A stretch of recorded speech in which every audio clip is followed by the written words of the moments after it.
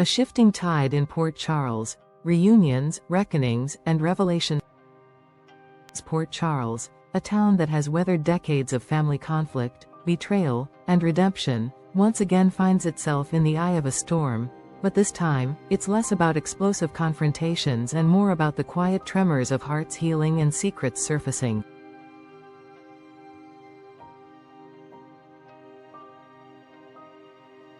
The return of Michael Corinthos to the canvas sends ripples through every corner of the community, igniting familial reconnections, romantic soul-searching, and long-overdue truths. Michael's reappearance in town is nothing short of a watershed moment. After months away recovering from injuries sustained in a tragic explosion, Michael steps back into the Corinthos estate, a place steeped in both comfort and tension. His homecoming is bittersweet. His absence has left scars not only on his own heart but also on those of his loved ones. His return is met with open arms by his mother Carly and son Wiley, but there's an unspoken weight lingering in the air, a gravity that none of them can quite name. The Corinthos family, fractured by conflicting loyalties and past wounds, attempts to reconstruct a sense of normalcy, but Michael's re-entry threatens to expose deeper fractures beneath the surface. Meanwhile, across town, Dante Falconeri finds himself haunted by an unresolved connection. Though his days are full with work and fatherhood, there's a lingering tension that only one voice can ease. Brook Lynn Quartermain has been a specter in his mind, their past romantic entanglement left hanging in an uneasy silence. But time and distance haven't dulled their bond. One evening, almost on impulse, Dante sends a message, a simple greeting, devoid of pretense but heavy with implication. Brooke, now immersed in her music label and family drama, hesitates before replying. Her heart jumps at the sight of his name, and when she finally responds, the wall between them begins to crumble. Their conversation is cautious at first, testing waters long left stagnant. But with each exchange, an unspoken truth becomes undeniable. Something unfinished still binds them. In the quieter corners of Port Charles, another emotional reckoning brews.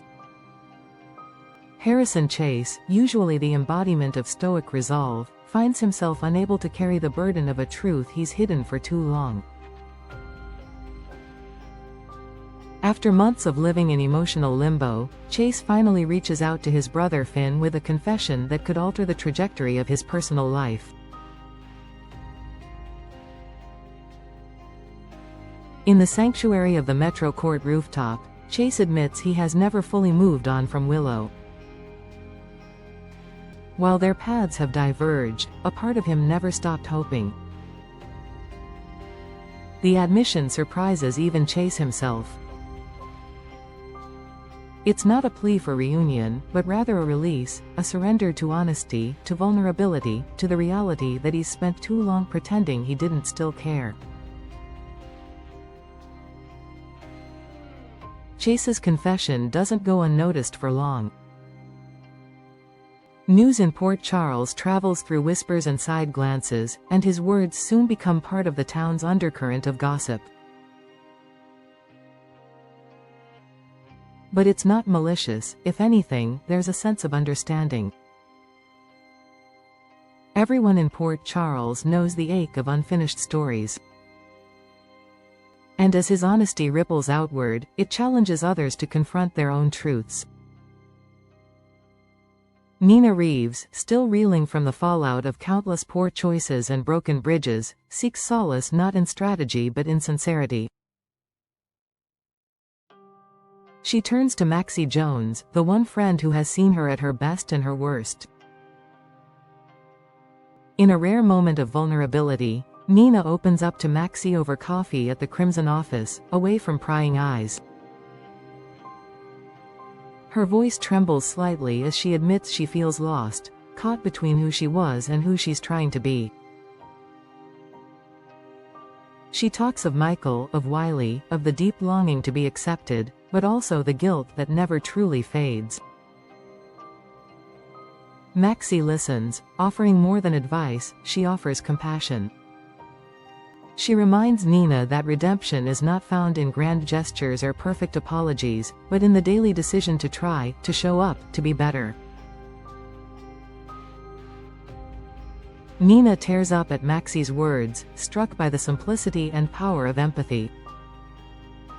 It's a turning point for Nina, not because she's forgiven by everyone else, but because, for the first time in a long while, she begins to forgive herself. Each of these stories, Michael's quiet return, Dante and Brook's hesitant reconnection, Chase's emotional reckoning, and Nina's tearful confession, represent the heartbeat of Port Charles. No dramatic trial or catastrophic event unfolds this time. Instead, it's the subtler, more powerful shifts that carry weight.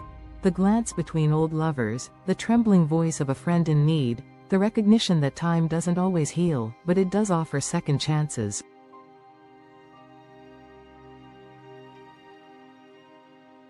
What unites them all is not just shared geography, but shared humanity. Port Charles is, at its core, a town built on reinvention. Its people are experts at rebuilding lives after chaos. And this time, the rebuilding is less about justice and vengeance, and more about reconciliation and growth. As the sun sets on the town, casting long shadows over the docks and rooftops, one thing becomes clear: change is no longer looming. It is here. And for the first time in a long time, it feels like the people of Port Charles are ready to face it together.